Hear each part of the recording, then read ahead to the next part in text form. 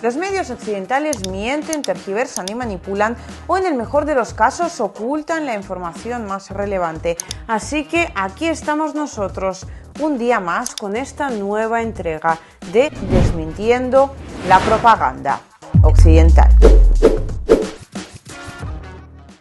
Muy probablemente todos conozcáis a la perfección el dicho de quien ríe el último ríe mejor, y en este sentido hemos estado durante más de una semana, diría yo, advirtiendo del hecho de que había expertos y había indicios en términos generales de que la Federación de Rusia todavía no había llevado a cabo lo que podríamos denominar como la gran venganza, ¿no?, por la incursión ucraniana que aún a día de hoy se está llevando a cabo en la región histórica rusa de Kursk, eso por un lado. Por otro, también recientemente comentábamos esos ataques bastante masivos para lo que suelen ser los ataques ucranianos con drones en territorio ruso. Pues sí, precisamente esos ataques ucranianos con drones que muy particularmente se habían dirigido recientemente contra la región de Moscú y contra la ciudad de Moscú. Entonces Rusia no había respondido en principio de ninguna manera, se habían llevado a cabo pues una serie de ataques un tanto habituales, pero no había nada que pudiéramos destacar como el, el gran golpe, la gran venganza, algo que realmente cambiara las tornas o al menos hiciera que en Ucrania pues temblaran un poco los cimientos. Y hoy podríamos decir que este ataque sí que ha llegado. Dudo mucho, viendo desde prácticamente el inicio de la operación militar especial, pues la postura de la Federación de Rusia y analizándola en profundidad, que en Rusia eso se lo tomen como la gran respuesta. Sin embargo, tenían pensado en un momento determinado volver a comenzar esos ataques masivos contra la infraestructura energética ucraniana, y hoy pues prácticamente han sumido al país entero en la más absoluta oscuridad. Hay regiones enteras donde la luz simplemente se apagó, donde se cortó la transmisión vía televisión, donde pues además hay ya daños tan sumamente graves como por ejemplo en la región de Kiev, que el régimen de Kiev ha cambiado de estrategia y ahora pues ya no puede ocultar las consecuencias en cuestión. Hay multitud de vídeos, de modo que ahora está subiendo cada vez más y más vídeos, efectivamente, de los daños que Rusia le ha causado principalmente a la infraestructura energética ucraniana y por lo tanto al complejo militar industrial de dicho país. Eso por un lado.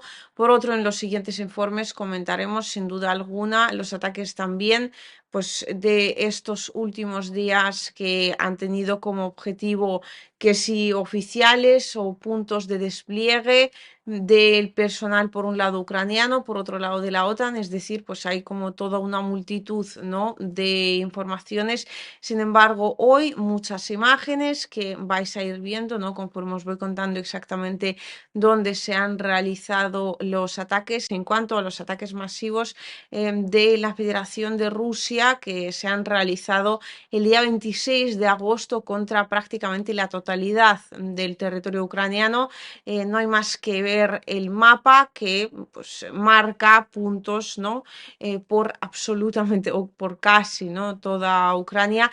El Ministerio de Defensa de Rusia ya se ha pronunciado al respecto, es decir, conocemos a la perfección cuáles han sido los objetivos que aseguran desde dicho organismo que han sido todos alcanzados, y a juzgar por los vídeos, pues si no todos, bastantes de ellos sin duda alguna han terminado, o sea, los ataques contra los mismos han terminado siendo exitosos. Esta mañana las Fuerzas Armadas de la Federación de Rusia lanzaron un ataque masivo con armas aéreas y marítimas de largo alcance, de alta precisión, aviación táctica operativa de las fuerzas aeroespaciales rusas y vehículos aéreos no tripulados contra instalaciones de infraestructura energética de importancia crítica que asegura el funcionamiento del complejo militar industrial de Ucrania. Los objetivos del ataque fueron las subestaciones eléctricas en las regiones de Kiev, Vinnytsia, Житомир, Khmelnytsky, Dnipropetrovsk, Poltava, Nikolaev, Kirovograd y Odessa. También sufrieron daño las estaciones compresoras de gas en las regiones de Lvov, Ivano-Frankovsk y Kharkov, que garantizan el funcionamiento del sistema de transporte de gas de Ucrania. Además, fueron atacados los sitios de almacenamiento de armas de aviación transferidas a Kiev por los países occidentales en los aeródromos de las regiones de Kiev y Dnipropetrovsk. Todos los objetivos designados fueron alcanzados, lo que provocó cortes de energía y la interrupción del transporte ferroviario de armas y municiones a la línea de contacto de combate. Mientras os he estado leyendo estas líneas, me imagino que vosotros mismos habéis podido apreciar cuáles han sido las consecuencias. Repito, ese ataque masivo, principalmente contra la infraestructura energética de Ucrania, que no solo contra la misma, ha sido tan sumamente grande y exitoso que el gobierno de Kiev efectivamente tuvo que salir a reconocer que fue alcanzada una de las estaciones hidroeléctricas más importantes de Ucrania, porque las imágenes pues se habían hecho públicas, se veía en ellas perfectamente que Rusia sí la había alcanzado. Es cierto que todavía se puede reparar y Ucrania sin duda alguna va a hacerlo, pero hacía tiempo que no se la estaba atacando y de hecho había voces dentro de Rusia que estaban hablando de que en el Ministerio de Defensa se estaban volviendo demasiado blandos, puesto que a día de hoy esos ataques los consideraban absolutamente críticos y sin embargo el Ministerio de Defensa ruso no estaba haciendo nada por seguir, ¿no?, atacando los objetivos en cuestión, objetivos tan sumamente importantes. Sin embargo, pues ahora parece que sí, que ha considerado que ha llegado la ocasión. En cuanto a los ataques en sí, lo que podemos destacar es que ahora se están utilizando pues ya no solo misiles aéreos, ya no solo, por supuesto, la flota de la Federación de Rusia, se están utilizando drones. Hay algunos medios y algunas voces dentro de Rusia que hablan de unos 65 misiles que hoy volaron hacia el territorio ucraniano. Otros dicen directamente que fueron 80. Aquí solo mencionamos los misiles, los drones se cuentan básicamente por cientos, eso por un lado, y por otro la estrategia que se está utilizando a día de hoy por parte de Rusia para atacar el territorio ucraniano se denomina algo así como caré. Creo que en póker hay una figura de ese mismo nombre, aunque yo no sé jugar al póker, así que bueno, pues que me corrijáis aquellos que sí lo sepáis. Y en ruso pues básicamente significa es el nombre de un corte de pelo. Un caré pues es un corte corto, valga la redundancia. Y a lo que se refiere aquí es a que para desestabilizar e incluso, bueno, casi que quitar, ¿no?, del todo a la defensa aérea ucraniana, lo que se hace, por un lado, por supuesto, es seguir atacando con drones de forma masiva. Son los drones los que eliminan esas primeras descargas, atraen hacia sí, ¿no?, esos primeros disparos de la defensa aérea ucraniana, pero después, además, para los objetivos más fundamentales, lo que se utilizan son unos 4 misiles. En este caso particular, si no me equivoco, fueron los Ja-101, que van 1, 2, 3, 4 y después además se remata con un quinto misil. Es decir, 4 a la vez, ¿no?, prácticamente a la vez, y con un poquito de retraso va ese quinto misil, pues casi que diríamos en términos españoles para rematar la faena. Las imágenes hablan por sí solas, no creo que hace falta añadir mucho más. El daño que se le ha hecho a Ucrania en un solo día supera con creces todo el daño que le hubiera podido hacer Ucrania a Rusia con la invasión de Kursk, o lo que se denomina por los medios occidentales, ¿no? Como la invasión de Kursk y los ataques que recientemente se han realizado principalmente con drones contra el territorio de la Federación de Rusia. Eso por un lado, y por otro, este sí ha sido uno de los ataques más masivos, más vistosos, más llamativos, más exitosos también, sobre todo de los últimos meses de la operación militar especial, tantos misiles a la vez contra tantas regiones a la vez.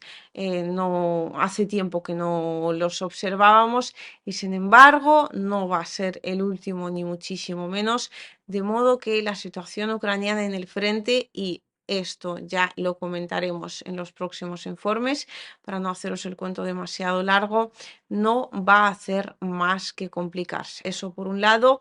Y por otro, pues ayer comentamos esta situación con Pavel Durov, recordemos el creador y el dueño de Telegram junto con su hermano. Bueno, es un holding realmente, obviamente, ¿no? Lo que pasa es que el informático, el programador, como lo queráis denominar, es realmente su hermano, pero Durov es la cara conocida y en este sentido hay una versión que a mí particularmente me parece bastante interesante, que consiste en el hecho de que Pavel Durov no es ningún tonto, lo cual a todas luces es absolutamente obvio, y que recientemente, pues, o últimamente mejor dicho, ha ido dando una serie de pasos.